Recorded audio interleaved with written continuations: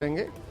मुझे बार बार इस बात को कहने में कोई संकोच नहीं है कि दिल्ली में हमारे कार्यकर्ताओं ने बहुत जुनून और शिद्दत के साथ काम किया है और जनता ने भी भरपूर आशीर्वाद दिया है।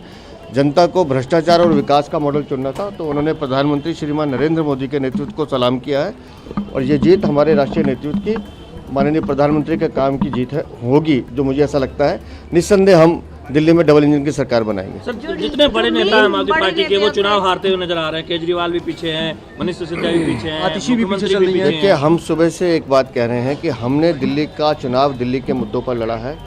हम अरविंद केजरीवाल से बार बार भ्रष्टाचार की बात पूछते थे, शीश महल की बात पूछते थे, शराब घोटाले की बात पूछते थे, टूटी हुई सड़कों की बात करते थे, सीवेज के ओवरफ्लो की बात करते थे, गंदगी की बात करते थे, गंदे पानी की बात करते थे, लेकिन अरविंद केजरीवाल इन मुद्दों से भागते थे। वो इस चुनाव को लुभाने की और वादों पे, झूठे वादों पे लाने की कोशिश कर रहे थे। दिल्ली की जनता ने दिल्ली के दर्द को समझा है और उस दर्द का जो निवारण है वो भारतीय जनता पार्टी कर सकती है। इस उम्मीद के साथ उन्होंने माननीय प्रधानमंत्री को वोट दिया। सीएम पेश कौन होगा? देखिए, हमारे लिए ये विषय गौण है। हम पहले भी कह चुके हैं, भारतीय जनता पार्टी का कार्यकर्ता मुख्यमंत्री बनेगा, केंद्रीय नेतृत्व तय करेगा इसको। इस बार आपको उम्मीद है कि इस बार आपकी सरकार बन जाएगी? बिल्कुल बनेगी। तो वीरेंद्र सचदेवा को आप सुन रहे थे, जो दिल्ली बीजेपी प्रदेश अध्यक्ष हैं और ग्राफिक्स के जरिए आपको बता रहे हैं 2020 में 8 सीटें बीजेपी ने जीती थी। और ये कहा जाता है आमूमन कि क्षेत्रीय पार्टियों के आगे बीजेपी कहीं ना कहीं खुद को उतनी मजबूत स्थिति में नहीं पाती है, चाहे वो जम्मू कश्मीर में नेशनल कॉन्फ्रेंस के सामने की बात की जाए या फिर दिल्ली में। अब ये उदाहरण है आम आदमी पार्टी का। गुरमीत सर, कहना इसलिए उचित नहीं है क्योंकि उत्तर प्रदेश में भी एक क्षेत्रीय पार्टी समाजवादी पार्टी थी, लेकिन 2 चुनाव में भारतीय जनता पार्टी ने उनको आगे नहीं आने दिया। लेकिन और जम्मू कश्मीर और झारखंड की परिस्थितियां अलग हैं। जम्मू कश्मीर की तो बिल्कुल ही अलग है। झारखंड में आप जानते कि हेमंत सोरेन को भी जेल भेजा गया था। वो भी वो मुख्यमंत्री थे अरविंद केजरीवाल के अलावा दूसरे, जिन्हें मुख्यमंत्री रहते हुए गिरफ्तार किया गया, लेकिन उन्होंने त्यागपत्र दे दिया था, अगर आपको याद हो। और अरविंद केजरीवाल ने त्यागपत्र नहीं दिया काफी समय तक, और इस बात को लेकर बहुत चर्चा भी हुई क्योंकि वो पहले ऐसे मुख्यमंत्री थे जो जेल से सरकार चला रहे थे। नहीं तो इससे पहले भी जब भी चाहे वो लालू यादव हो या कोई भी जो मुख्यमंत्री के खिलाफ यदि केस दर्ज होता था और या उनकी गिरफ्तारी की नौबत आती थी, वो त्यागपत्र दे देते थे। लेकिन अरविंद केजरीवाल ने त्यागपत्र नहीं दिया, और तभी मैं कह रहा हूँ कि पहले उनको ये लगा, फिर उनको भी अपना फीडबैक मिला होगा, तो उन्होंने एक बड़ा दांव खेला कि मैं जनता की अदालत में जाऊंगा। और आतिशी को मुख्यमंत्री बनाया दिल्ली में, जो युवा थी, महिला भी थी, तो उनको लगा कि महिला वर्ग का भी सपोर्ट उस दृष्टि से आ सकता है और कहीं ना कहीं एक सहानुभूति उससे आएगी कि भाई मैंने त्यागपत्र दिया और मैं जनता की अदालत में जाऊंगा। और वहां से ये बात सबको मालूम थी कि अगर आज उनकी सरकार बन रही होती, और अभी तो फाइनल नतीजे आने मुश्किल है, अभी कहना मुश्किल है, लेकिन रुझान लगातार जिस तरह के आ रहे हैं, तो उससे लगता है कि अगर उनके पक्ष में सरकार जा रही होती तो वही मुख्यमंत्री उसके बाद बनते। आतिशी जो है वो केवल एक स्टॉप गैप अरेंजमेंट जिसको हम बोलते हैं वो थी। तो लेकिन वो दांव उनका कारगर नहीं हुआ जो उन्होंने चुनाव से पहले खेला। तो राजनीति में यही होता है, जब आप चढ़ते हैं तो फिर आप चढ़ते हैं, और जब आप गिरते हैं तो तब आप गिरते हैं। तो अब तो ये है कि उनकी अपनी सीट निकल जाए जिससे उनकी कम से कम साख जो है वो बची रहे, या विधानसभा में जो उनकी भूमिका है वो रहे, क्योंकि ज्यादातर, और आतिशी खुद अभी तक जो आपके रुझान आ रहे हैं उसके मुताबिक पीछे बिल्कुल आम आदमी पार्टी के जितने भी दिग्गज हैं, चाहे वो अरविंद केजरीवाल हो, आतिशी हो, मनीष सिसोदिया हो, अब तो देखिए, अब तो लोगों की ज्यादा रुचि, अगर ये रुझान कायम रहते हैं तो अभी आपने देखा ही, वो सवाल आप लोगों के भी अब शुरू भी हो गए जो आप भारतीय जनता पार्टी के प्रदेश अध्यक्ष से पूछ रही थी, क्योंकि भारतीय जनता पार्टी ने अलग अलग राज्यों में अलग अलग स्ट्रेटेजी रखी है। कई जगह पर वो मुख्यमंत्री पद का जो चेहरा है वो घोषित कर देते हैं, लगभग तय हो जाता है। जैसे हरियाणा में नायब सिंह सैनी के नेतृत्व में उन्होंने चुनाव लड़ा, तो दिल्ली में उन्होंने कोई इस तरह से चेहरा घोषित नहीं किया है। तो अभी तो जो हमारे साथी है वो कुछ प्रकाश डालेंगे, लेकिन शायद उनको भी आइडिया नहीं होगा, क्योंकि 2 ही लोगों को मालूम होता है भारतीय जनता पार्टी में कि निर्णय जो है वो आखिर में पर्ची आती है। तो इसलिए वो पर्ची किसकी निकलेगी, अभी तो वो बात चल रही है। अब तो वो शुरू हो गई होगी कि मुख्यमंत्री पद दिल्ली में किस। अच्छा, एक और मैं बात बताऊं, दिल्ली का मुख्यमंत्री सिर्फ राष्ट्रीय राजधानी होने की वजह से, अदरवाइज अधिकारों की आप बात कर लें, आकार की बात कर लें और चीजों की बात कर लें, तो दिल्ली अन्य राज्यों की तुलना में कोई बहुत वो नहीं है। बल्कि लोग मजाक में तो ये भी कहने लगे हैं, मैं आपको बताऊं, कि अगर केजरीवाल की यहाँ पर, हालांकि मुझे ऐसा लगता नहीं है कि इस तरह का वो कोई फैसला करेंगे, लेकिन ये भी बात कई बार चल पड़ती है कि अरविंद केजरीवाल अगर यहाँ से बाहर हो जाते तो ऐसा तो नहीं वो पंजाब में आ जाएंगे। क्योंकि हम सब जानते हैं कि अरविंद केजरीवाल का कद बाकी सब नेताओं की तुलना में इतना बड़ा है। बल्कि पंजाब सरकार पे तो मैं नहीं कह रहा कि ये आरोप सही है या गलत है, नहीं तो आम आदमी पार्टी के हमारे साथी नाराज हो जाएंगे। मैं सिर्फ आपको आरोप बता रहा हूँ। आरोप ये लगते रहे कि दिल्ली से सरकार चलती है पंजाब की, तो बहुत सारे लोग मजाक में ये भी कहते थे कि भाई अगर अरविंद केजरीवाल वहां नहीं रहेंगे तो क्या पंजाब में कोई बदलाव होगा मुख्यमंत्री पद के चेहरे पे। तो मैं इस दृष्टि से बता रहा था कि पंजाब हो या कोई भी राज्य हो, दिल्ली के मुख्यमंत्री के पास एक सीमित अधिकार हैं।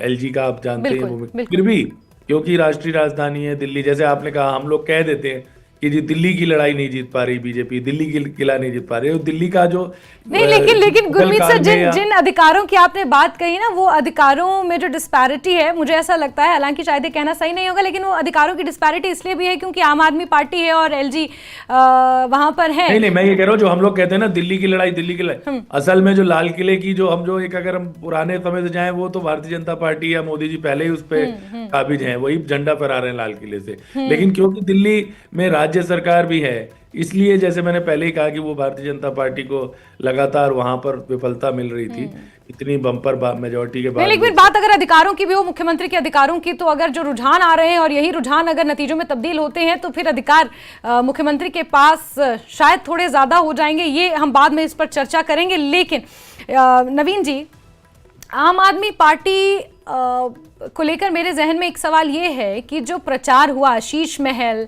फिर अभी बीते कल ही 15-15 करोड़ का आंकड़ा सबकी जुबान पर था, एसीबी के अधिकारी पहुंचे अरविंद केजरीवाल के आवास जहां बैठक हो रही थी, आपको लगता है कि क्या वाकई मुद्दों पर यह चुनाव लड़ा गया या फिर प्रचार और दुष्प्रचार पर?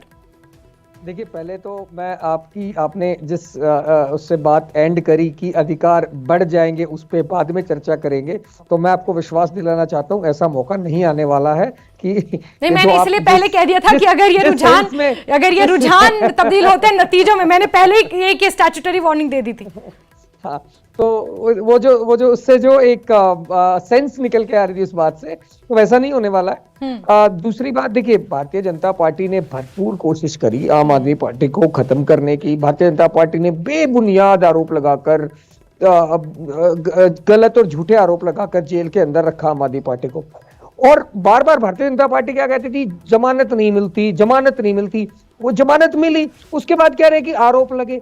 आरोप तो पता नहीं, ये तो बंगारू लक्ष्मण की पार्टी है, इनके तो खुलेआम पकड़े गए हैं लोग रिश्वत लेते हुए, तो ये तो खुलेआम पकड़े गए हैं।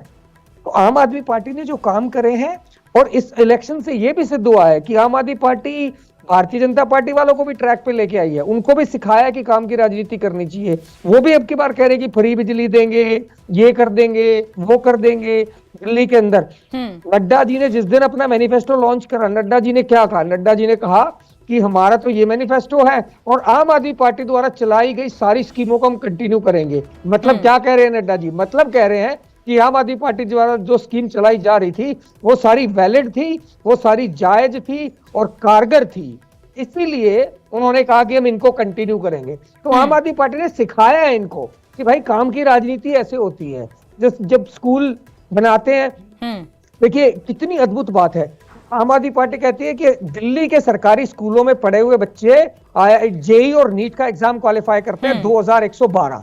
भारतीय जनता पार्टी के पास ऐसा कोई उदाहरण नहीं। भारतीय जनता पार्टी के पास पता है कैसे उदाहरण है? यूपी के अंदर 25,000 स्कूल बंद कर दिए, राजस्थान के अंदर 1600 स्कूल बंद कर दिए, हरियाणा के अंदर 1000 प्लस स्कूल तो नवीन जी और क्या कहेंगे, क्योंकि इतने सालों से है ही नहीं ना दिल्ली की सत्ता में। तो मैंने सवाल वही गुरमीत सर से यही किया था ना कि आम आदमी पार्टी के पास तो जनता को ऑफर करने के लिए कुछ है, लेकिन बीजेपी के पास ऑफर करने के लिए कुछ नहीं है। तो वो तो इसी आधार पर प्रचार करेगी ना कि हमने दूसरे राज्यों में ये किया, दूसरे राज्यों में ये तमाम काम किए हैं, और अगर दिल्ली में आते हैं तो हम ये करेंगे। इसका जवाब ले लेते हैं राजवीर जी से। एक सेकंड में बीजेपी ने कौन सा ऐसा काम किया? बीजेपी ने ना किसी राज्य में बिजली फ्री दी है, ये यहाँ पे कह रहे हैं बिजली फ्री देंगे। बीजेपी ने बताओ कौन से राज्य में 2500 रुपए तो बीजेपी का प्रोग्रेटिव है ना, वो तो बीजेपी तय करेगी कि उनको क्या करना है, अपने मैनिफेस्टो में किन चीजों को शामिल करना है। इसका जवाब राजवीर जी से ले लेते हैं। जी राजवीर जी, एक बात बताइए, जब भी कोई सरकार आती है या कोई सरकार सत्ता में होती है, कोई भी पार्टी होती है, तो उसका मूल दायित्व होता है जनता को राहत देना। इन्होंने हो सकता है कुछ एक आध राहत दी हो इन्होंने, लेकिन इसका जो ढिंढोरा पीटा उसका असर तो नहीं हुआ ना। लेकिन भारतीय जनता पार्टी की सरकारों ने, मैं आपको हरियाणा की बात करता हूँ, कल ही संसद में हमारे नरेंद्र मोदी जी ने लगातार हरियाणा के बारे में उन्होंने इतनी अच्छी बात कही कि वे बिना पर्ची बिना खर्ची अगर नौकरी दी है तो हरियाणा में दी और तीसरी बार जनता ने उनको आशीर्वाद दिया है। तो जनता आशीर्वाद देती काम के आधार पर, न कि ढिंढोरा पीटने से। इन लोगों का क्या है कि हर बार इन्होंने यूटर्न मारना और जनता की उम्मीदों पर खरा न उतरना, और यही इनका पतन का कारण बना है। इन्होंने अन्ना जी के आंदोलन को जो इन्होंने एक कब्जा किया था उसका एक जो वानगी है वो देखने को मिली 10 साल में ही। ये लोग हर बार किसी न किसी को ब्लेम करते हैं।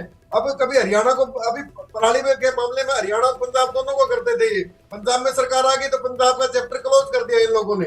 अब हरियाणा पे हर बार कहते हैं कि प्रदूषण हरियाणा से आता है, पराली हरियाणा से जलाई जाती है। ये सारी चीजें इन्होंने पूरे 10 साल इन्होंने, ठीक है। लेकिन जनता ने हमारी बातों पे भरोसा किया। भारतीय जनता पार्टी की जो नरेंद्र मोदी जी के नेतृत्व में केंद्र में सरकार है, उस सरकार ने जो जनहितीय कार्य किए, वो चाहे फ्री राशन की योजना हो, चाहे वो आयुष्मान की योजना हो, उस योजना से करोड़ों लोगों को लाभ हुआ। जन धन के खाते खुले हैं, जो सिलेंडर का उज्ज्वला योजना चलाई थी जिससे घर घर सिलेंडर दिया गया। ऐसी बहुत सी योजनाएं हैं जिनका लाभ दिल्ली की जनता को इन्होंने नहीं लेने दिया।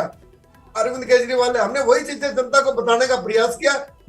चलिए ठीक है, आप ये कह रहे हैं कि आपने मुद्दों के आधार पर राजनीति की है, मुद्दों के आधार पर आप जनता के बीच गए हैं, लेकिन अरविंद केजरीवाल जी के पुराने जो बयान है देख लेना, वो हर बार ये कहते हैं साफ कर दूंगा मैं, साफ कर दूंगा मैं, अगली बार साफ कर दूंगा। तो अगली बार आया ही नहीं, जनता ने आज उनका आखिरी बार कर दिया।